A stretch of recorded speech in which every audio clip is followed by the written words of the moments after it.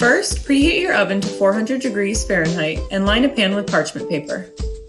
These are the ingredients you'll need for this recipe: Brussels sprouts, butternut squash, olive oil, salt and pepper, pecans, dried cranberries, maple syrup, your choice of spices, and bacon if you want it.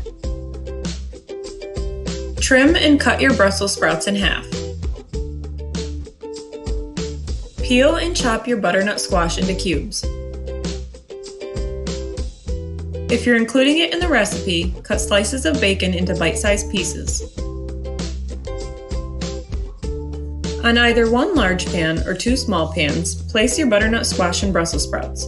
Toss with olive oil, season with salt and pepper, and bake for 20 to 25 minutes. When 10 minutes remain, sprinkle the bacon over the Brussels sprouts and continue baking. When 5 minutes remain, sprinkle the pecans over the butternut squash and continue to roast until vegetables are tender and brown. Now add any of the other optional ingredients. Add up to a cup of dried cranberries for a little tartness. Drizzle with a couple tablespoons of maple syrup. Season with your choice of spices like cinnamon and thyme and stir together. Now give it a try.